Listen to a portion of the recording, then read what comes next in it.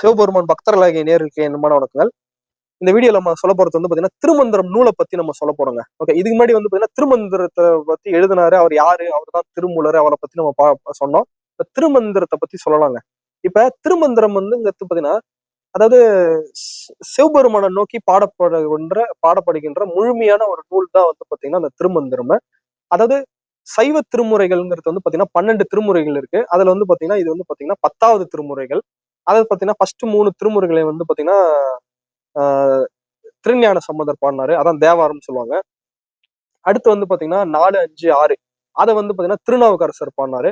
ஏழாவது வந்து பாத்தீங்கன்னா ஏழாவது வந்து பாத்தீங்கன்னா திருவாசகம், அதை வந்து மாணிக்க வாசகர் பண்ணாரு. அப்புறம் திருக்கோவைன்னு ஏதோ ஒரு ஒரு பாடலும் பாடியிருக்காரு. அது என்னன்னு கமெண்ட் பண்றேங்க. ஏன்னா இதெல்லாம் நம்ம அப்ப படிச்சதுனால கொஞ்சம் கொஞ்சம் நமக்கு இதுவாகுது. அதே மாதிரி 8வது வந்து பாத்தீங்கன்னா சுந்தரர் பாடினாரு. 9வது வந்து பாத்தீங்கன்னா 9 அடியார்கள் அவருங்க பாடியிருக்காங்க. 10வது தான் வந்து பாத்தீங்கன்னா திருமூல சித்தர் பாடியிருக்காரு. 11வது திருமுறையில் வந்து 11 அடியார்கள் பாடியிருக்காங்க. இதுல குறிப்பிட்டு சொல்லணும்னா வந்து பாத்தீங்கன்னா காரைக்கால் அம்மையார் வந்து பாத்தீங்கன்னா இந்த 11வது திருமுறையை வந்து பாடியிருக்காங்க. 12வது திருமுறை வந்து பாத்தீங்கன்னா சேக்கிழார், அதாவது பாத்தீங்கன்னா நாயன்மார்களோட ஒரு ஒரு வரலாறையும், அதுல வந்து பாத்தீங்கன்னா 46வது நாயன்மாரா வந்து பாத்தீங்கன்னா இவர் வந்து திருமூல சித்தரை பத்தியும் அவரோட திருமூலர் வந்து நூட்களை ஏற்றிருக்கிறாரு, சைவ திருமுறைகள் ஏற்றிருக்காருன்னு குறிப்பிட்டிருக்காங்க. இந்த மாதிரி சொல்றதா வந்து பாத்தீங்கன்னா விஷயமா இருக்கு. ஓகேங்களா, நேர்கள்லாம் வந்து பாத்தீங்கன்னா ஷார்ப்பா கவனிக்கணும் வீடியோ. ஓகேங்களா, ஏன்னா வந்து சொன்னாதான் வந்து அப்பதான் நம்மளுக்கு அந்த மைண்ட் செட் வந்து உள்ள நல்லா புரியும். ஓகேங்களா, சரி ஃப்ரெண்ட்ஸ். அந்த மாதிரி பாத்தீங்கன்னா இந்த திருமந்திரம்ங்கிறது வந்து பாத்தீங்கன்னா முதல்ல இதுல வந்து திருமூலர் இயற்றிய போது இயற்பெயர் வந்து பாத்தீங்கன்னா சிவகாமம் அப்படிங்கறதான் வந்து அவர் வந்து எழுதியிருக்காரு. அதுக்கப்புறம் அந்த மருவி மருவி மருவி திருமந்திரம்ங்கிறது மாதிரி இருக்கு.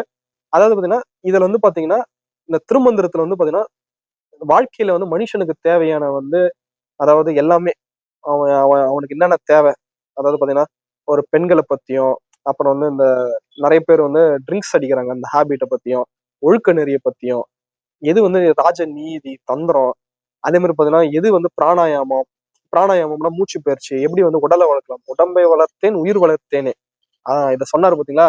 இதை சொன்ன திருமூலர் வந்து பாத்தீங்கன்னா எப்படி வந்து உடம்ப வந்து நம்ம அழிவில்லாம பாத்துக்கலாம், எப்படி இறைவனிடம் சேரலாம், இறைவனை நம்ம எப்படி புரிஞ்சுக்கணும், எது வந்து மனித உடல் வந்து பாத்தீங்கன்னா மனித உடல் இருக்கிற அறிவியல், அதுக்கப்புறம் அவர் எப்படி சித்தர் ஆனாரு, அப்புறம் அப்படியே அவர் சித்தரான நிலைகள் என்னென்ன, ஒரு ஒரு நிலைகள் என்னென்ன, அஷ்டமா சித்திகள் என்னென்ன நிலைகள் என்னென்ன, இப்படின்னு எல்லாத்தையுமே வந்து சொல்லக்கூடிய வந்து திருமந்திரம். ஓகேங்களா, வேற என்ன திருமந்திரத்துல நான் வந்து சொல்ல விட்டுட்டேன், நீங்களே எதனா சொல்லுங்களேன். திருமந்திரத்துல வந்து பாத்தீங்கன்னா 9 தந்திரங்கள் இருக்கு. ஓகேங்களா, 9 தந்திரங்கள் சேர்ந்தது 3000 பாடல்கள். இந்த 3000 பாடல்கள் வந்து பாத்தீங்கன்னா 3063 பாடல்களும் சொல்றாங்க. ஓகேங்களா, இப்போ வந்து பாத்தீங்கன்னா நம்ம இந்த ஒரு ஒரு பாடல்களையும் நம்ம வந்து சொல்லிட்டு, நம்ம வந்து விளக்கத்தை வந்து சொல்லிட்டு நம்ம வந்து உங்களை வந்து கனெக்ட் பண்ண போறோம். நீங்களும் வந்து கமெண்ட்ஸ் வந்து பாக்குறீங்கன்னா, அந்த வீடியோஸ் பாக்குறீங்கன்னா நிறைய கமெண்ட்ஸ் சொல்லுங்க.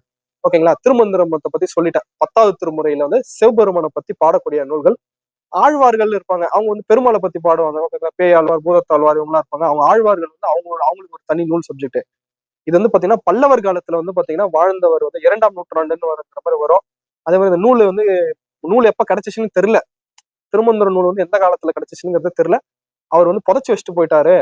அதுக்கப்புறம் திருஞான சம்பந்தர் தான் எடுத்தாரு, அதுக்கப்புறம் தான் கிடைச்சிச்சுங்கிற மோஸ்ட்ல நம்ம வந்து கிபி 2ஆம் நூற்றாண்டுக்கு மேல அப்படிங்கிற மாதிரி தான் நம்ம எடுத்துக்கலாம். அதே மாதிரி வந்து அந்த மாதிரி அப்பேற்பட்ட அந்த திருமந்திரத்தை வணங்கி, திருமந்திரம் நூலே நான் உன்னை வணங்குறேன்.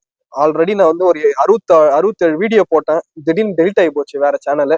இப்போ வந்து பாத்தீங்கன்னா எனக்கு இது போடக்கூடிய சக்தியும் ஞானத்தையும் கொடு, ஓகேவா, அப்படிங்கறத திருமூலரையும் சித்தரையும் வணங்கி கொண்டு, திருமந்திரம் நூலையும் வணங்கி கொண்டு, பர்மிஷன் கேட்காம போன டைம் சரசரன்னு போயிட்டேன். இப்ப நான் பர்மிஷன் கேட்டு நீ வந்து எனக்கு சொல்லணும், எல்லாமே வந்து புரிய வைக்கணும் அப்படிங்கறத சொல்லிக்கொண்டு, படிக்க படிக்க புரிய வைக்கணும் என்று சொல்லிக்கொண்டு நான் வந்து இறங்குறேன். நீங்களும் வந்து ஃபாலோ பண்ணிக்கங்க ஃப்ரெண்ட்ஸ். ஃபாலோ மட்டும் இல்ல, சப்ஸ்கிரைப் பண்ணிங்க. இந்த வீடியோ உங்களுக்கு பிடிச்சிருந்தா லைக் பண்ணுங்க, ஷேர் பண்ணுங்க, சப்ஸ்கிரைப் பண்ணுங்க.